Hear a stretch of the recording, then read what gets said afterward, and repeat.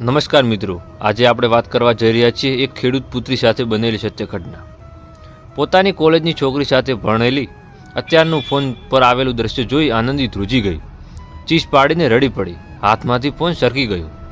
મમ્મીને દાડી દોડીને આવ્યા અને એમને આ ઘટનાની ખબર હતી.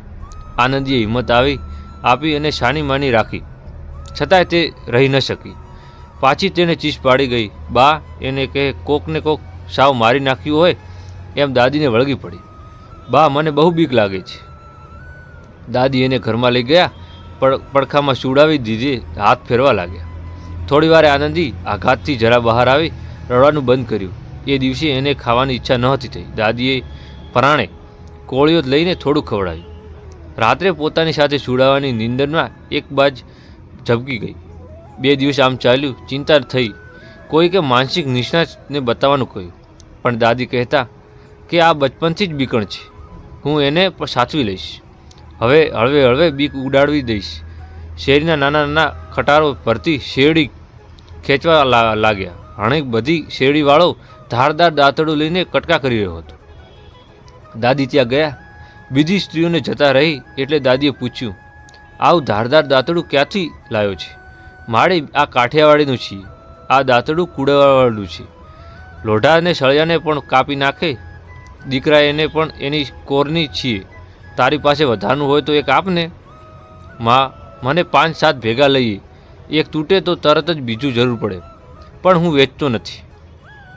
દીકરા, એક બી ગયેલી દીકરીની બીક મટાડવાની છે, એને જોઈએ છે આપને. દાદીએ શેરડીના એક ભારી અને દાંતડાના પૈસા આપી દીધા.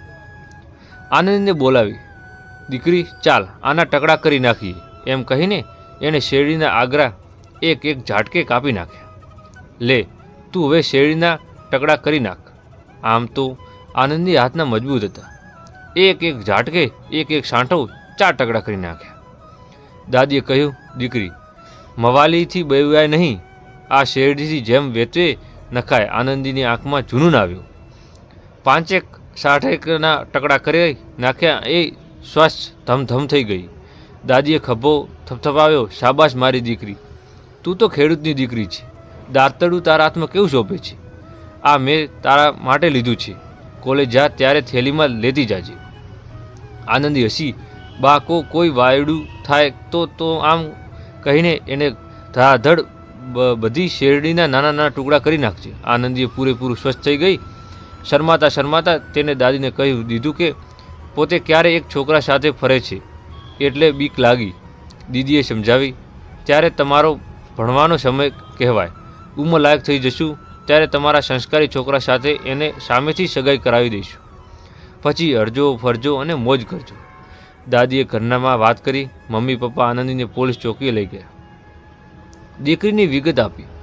પોલીસ અધિકારીએ છોકરાના એના મા બાપ અને પિતાને બોલાવ્યા. તેને બોલાવી સાથે કડક સૂચના આપી દીધી કે હવે તમારે કંઈ સંબંધ નથી. મર્યાદા ચૂકશો તો જોયા જેવી થશે. દાદીના દાંતડાની વાત ફેલાવતા વાર જ ન લાગી. ઘટનાથી સમસી ગયેલી હતી. 2 મહિલાઓ દાદીને મળવા આવી. છોકરીઓને આત્મરક્ષણની તાલીમ પોતે આપશે એમ જણાવ્યું. તાલીમ ચાલુ થઈ ગઈ. થોડો સમય જતો રહ્યો. હાડિયા વડીલોને દીકરીઓને છૂટ આપી ગ્રાહમ કરીને મોકલી દીધી. વધુને વધુ લોકો જોડાયા લાગ્યા. પછી તેણે લતે પોલીસ તાલીમ ચાલુ કરી. વકીલોનું એક જૂથ આવીને મળ્યું. છોકરીઓને સંકોચ રાખ્યા વગર પોતાને કંઈ ભૂલ થઈ હોય કે લફરું હોય તો કહી દેવું એમ કહ્યું. ઘણી છોકરીઓ ભોળાપણમાં ફસાઈ ગઈ હતી. આ માહિતી સરકાર સુધી પહોંચી ગઈ હતી. આ માહિતી એકઠી કરી પોલીસે પૂરેપૂરી પાડવામાં આવી. કાનૂન જાણકારોને ચોખવટ કરી કે ખેડૂતની દીકરી પોતાના સાથે દાંતડું રાખે એમાં કંઈ કાનૂની ભંગ ના થાય. એક સંસ્થા બનીને નામ આપ્યું. ખેડૂત પુત્રી દાતાઓનો આગળ આવ્યા. સંરક્ષણ માટે ધારદાર મજબૂત દાંતડું બનાવવાને આપ્યા. સંસ્થાના ગણેગર તરીકે લીધેલું. દુપટ્ટો નક્કી થયો. 2000 દીકરીઓની તાલીમ પૂરી થઈ. દીક્ષાંત સમારોહનો સલાહ અપાઈ. ખરાબ આદતોને પોતાને બચાવો. મવાલીઓથી ડરો નહીં. લીલા દુપટ્ટો વાળી અજમાવી ખેડૂત પુત્રીને મળો તો જય મા દુર્ગા કહીને અભિવાદન કરો. કોઈ હેરાન થતી જુઓ તો વગર માંગે મદદ કરો. બેસોના ટોળામાં જશો ન રહો અને જરૂર પડે ત્યાં પોતાની શક્તિનો ઉપયોગ કરો. પહેલાં દુપટ્ટો અને દાંતરડું દાદીને આપવામાં આવ્યા. 2000 ખેડૂત પુત્રીઓ લીલા દુપટ્ટો અને દાંતરડા સાથે સરઘસ રૂપે નીકળી. દાદી સૂત્રોચ્ચાર આપતા હતા. બહન બહન કર હમ પ્યાર કરેંગે, बुरी नज़र पर वार करेंगे, माता बनकर जीवन देंगे, नहीं समझे तो मौत ही देंगे, पत्नी बनकर खुशहाल करेंगे, बिगड़े तो बदमाश करेंगे.